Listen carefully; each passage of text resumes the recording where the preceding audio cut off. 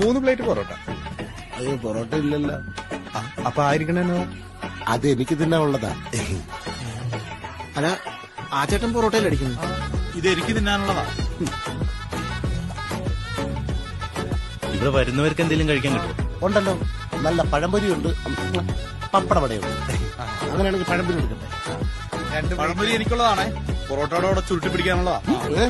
അങ്ങനെയാണെങ്കിൽ പപ്പടവട മൊത്തം ഞാൻ തിന്നും. പഴംപൊരിയും പപ്പടവടയും തീർന്നു പോയല്ലോ ചേട്ടാ. മനസ്സിലായി.